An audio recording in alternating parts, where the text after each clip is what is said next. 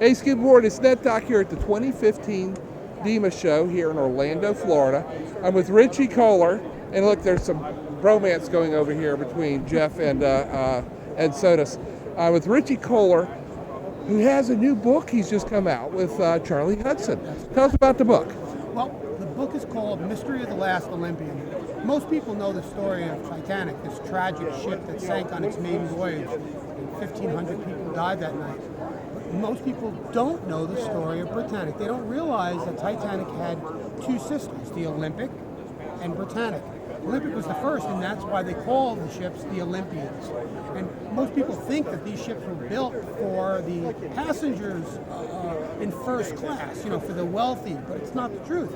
At the turn of the century, these huge ships were the 747s, or the buses of their day, bringing the immigrants to America. That's why they were built, so they could put 800 immigrants down in the third class, bring them to the New World. If they filled third class, that money paid for all of the coal to go to America and back. That meant all the cargo, all of the second class, and all of the first class was pure profit. Wow. Now, is that what we call steerage? Yeah. Well, see, that's another thing. The Olympians wanted to treat the immigrants a little bit better than other liners. They were in competition, much like today. The airlines are in competition.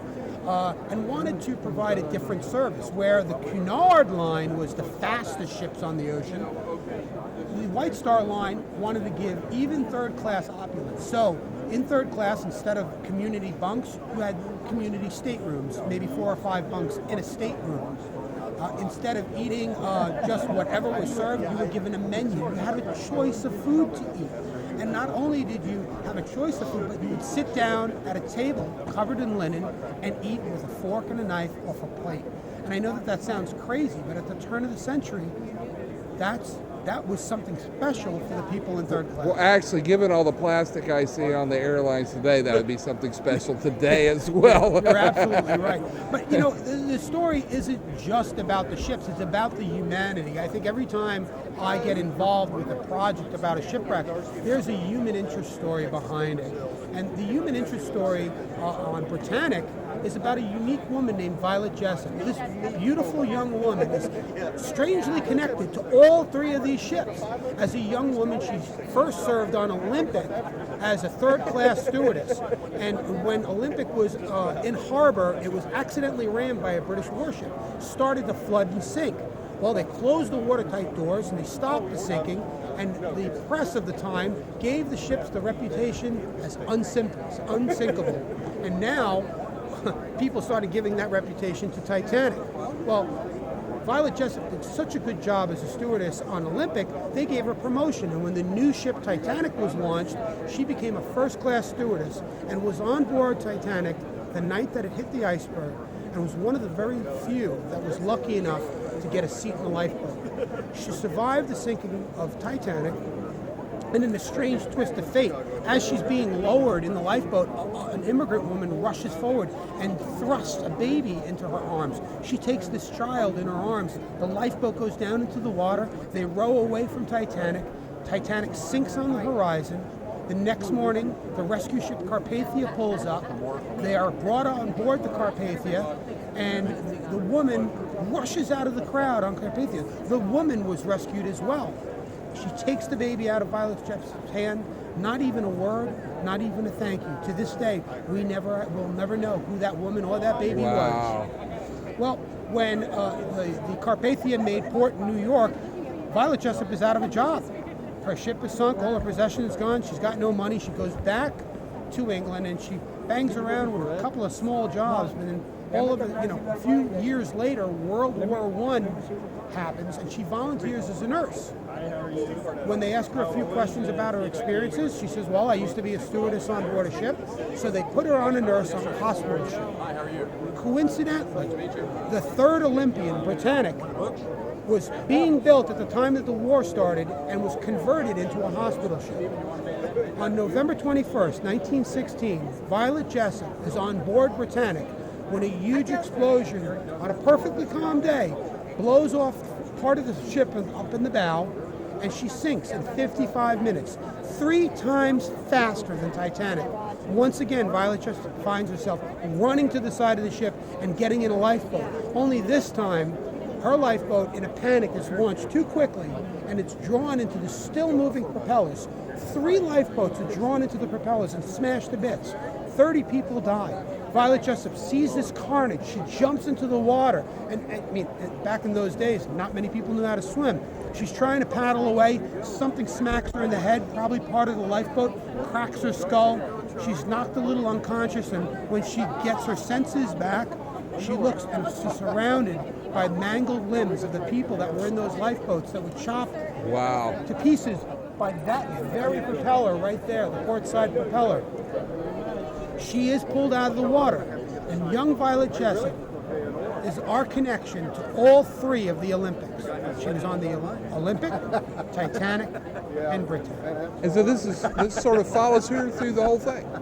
All 3. This is the first third of my book. Wow, that's cool.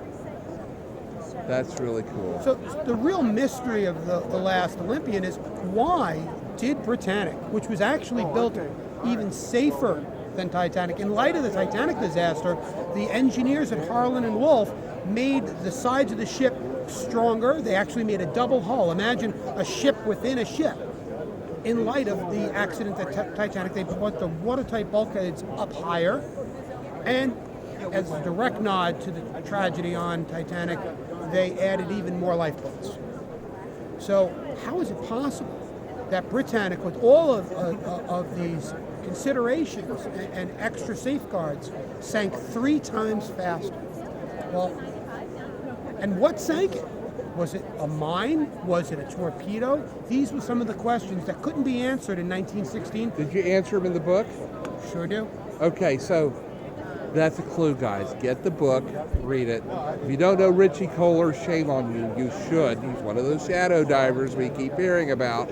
And, it's an excellent read. I've got my own copy. I'll be talking about it soon. So, Richie, thanks for the time. Thank you. Hey, Scuba Board, it's NetDoc. I'm still here at the Best Publishing Company booth, but I'm with Charlie Hudson. What, you're expecting a guy with a name like Charlie? What were you thinking?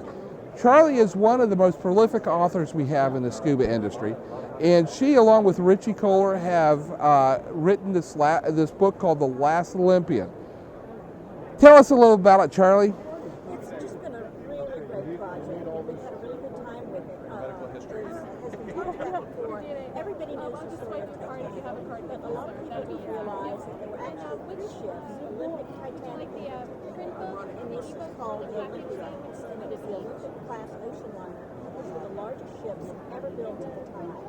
And so what we've done is Olympic was the only one that her full life was an ocean liner, and Britannic sank and is not, while not as tragic as Titanic from the perspective of loss of life, it's just an amazing mystery of the ship as to why it sank even more quickly than Titanic did, and some other elements that people have been plucking away for 40 years of continuous expedition.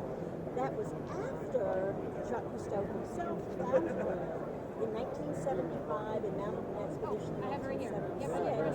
And so he was the one who really broke ground on finding the wreck, and then there was a 20-year gap before some technology caught up to allow other expeditions to take place.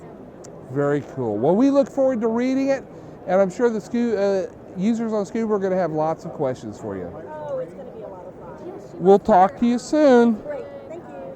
Hey, Scuba Board, it's NetDoc. I'm here at DEMA Show in Orlando 2015 with a good friend of mine, Jeff Bazanik, at the Best Publishing Company. And you want to be a know-it-all? This is the book for you. Have I got a deal? Actually, this is the NOAA Diving Manual. NOAA, of course, stands for the National Oceanographic and Atmospheric Administration, and they are the largest government agency with respect to scuba diving in the United States. It's not the U.S. Navy. NOAA actually runs primarily research diving.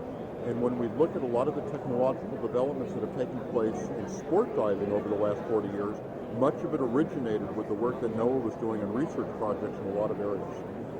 This is a hefty tome. There's a lot of pages in this book. But you know what this is? This codifies and provides a single source for many, many areas of diving, many areas of specialty that you would otherwise have to find in a lot of different technical resources.